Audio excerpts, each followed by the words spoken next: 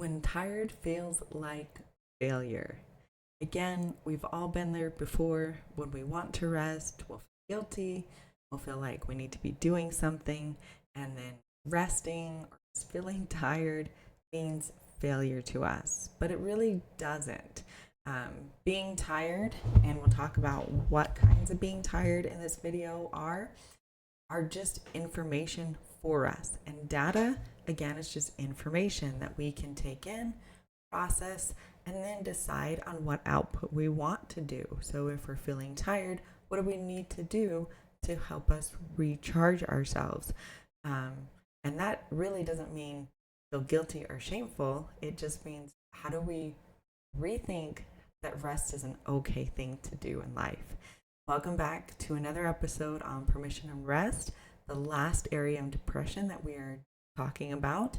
This is redefining productivity, listening to fatigue without judgment, understanding exhaustion as communication, not weakness. There's a kind of tired that sleep just will not fix. It's not just physical, it's emotional, mental, and sometimes spiritual. If you've ever said, I'm tired of being tired, you're not lazy or broken. You're burnt out, overwhelmed, or carrying too much for too long. Think about it. Like when we have no pleasure in life, maybe our job, we're just done with it. Sometimes even our family, because we've carried such a huge mental load. And maybe we haven't really worked yet on having the ability to delegate or understand that not everything has to be done right away before we can allow ourselves to rest. So in this episode, we're going to explore how to listen to fatigue without judgment and begin treating your tiredness as a message from your body, so just data that we're collecting and not a moral flaw. So the difference between tired and empty. So physical tiredness happens after exertion. So something that's measurable, right? Like we go to the gym, maybe we're moving, we're lifting some stuff, maybe we have a job where we lift things.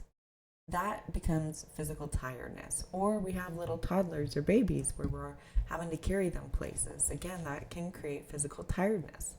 So emotional or mental fatigue, it's subtler. It comes from stress, overstimulation, or unprocessed feelings.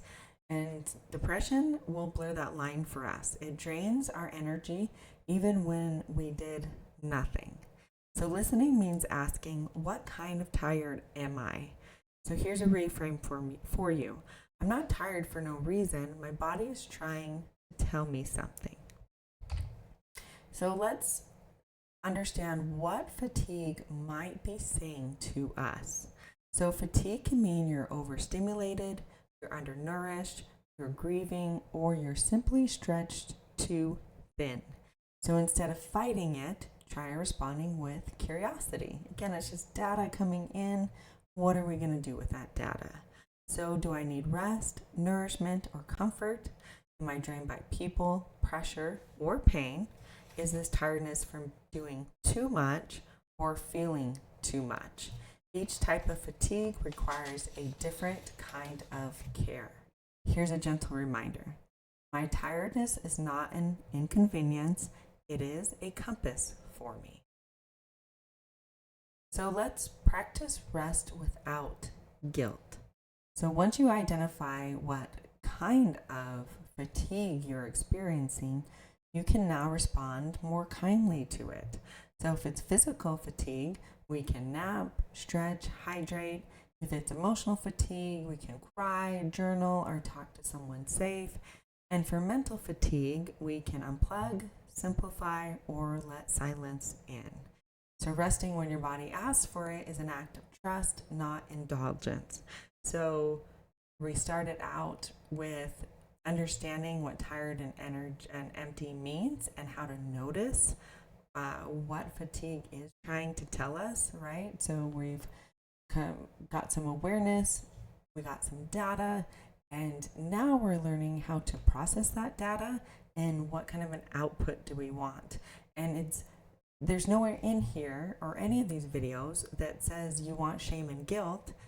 because that's not what we want. It's how do I gently give myself permission or the ability to take the time that I need so that I can recharge, so that you can be a better person for not only yourself, but for your family, your coworkers, your job, right? That those clients that you have, any of those aspects in your life. So here's an anchor thought for you. I listen to my body the way I'd listen to a friend in pain. Again, that's how do we respond in a caring manner, like we would respond to somebody else in a caring manner, and that's the advice we would give them. So, tiredness as a teacher. Fatigue is not a sign that you're weak. It's evidence that you're human and that you're in need of some care. In the next episode, we'll talk about guilt-free rest, how to allow yourself to pause, recharge, and breathe without shame. So here's some journal prompts for you. What kind of tiredness do I feel most often? Physical, emotional, or mental? What might my fatigue be trying to tell me? What is one way I can respond kindly to my tiredness today? For now, give yourself permission to rest, not as escape, but as respect. Your body has earned it. Here is the comment section. Comment anything on this video, anything with permission and rest, anything in depression or any heavy emotion you might be going through right now. Of course, comment on any of your wins. Maybe you've just come out of a heavy emotion, or you've done something that you didn't think you could do, right? We want to celebrate those wins as well as notice the hard times and give support for those too. If you're having a hard time on what to comment, here is a question for you. When you were younger, how did you learn that rest was okay? Or did you not learn, right? Did your own parents not rest? And so is this just something that we're repeating because we're used to it? So if this video resonated with you today, take a breath before you go. Let what you heard settle in. You're not alone on this journey, and you don't have to do everything all at once. If you're feeling it, give this video a like so others can find it. Share it with somebody who you think would benefit from the content. Subscribe for new content every day of every week. Remember here, tiny steps, real talk, and honest healing. And I have created some journals and children's books to go along with these videos. There is a link in the post that I sent that will take you to them as well. And these are really just all about learning healthy behaviors, learning perhaps, or really making us aware of things that we're not aware of, and hopefully decreasing unhealthier behaviors, just to help us to be the greatest version of ourselves that we can be. And of course, that's what the children's books are there for as well. And once again, I would just like to thank you for taking the time to watch this video, and I hope you have a great day.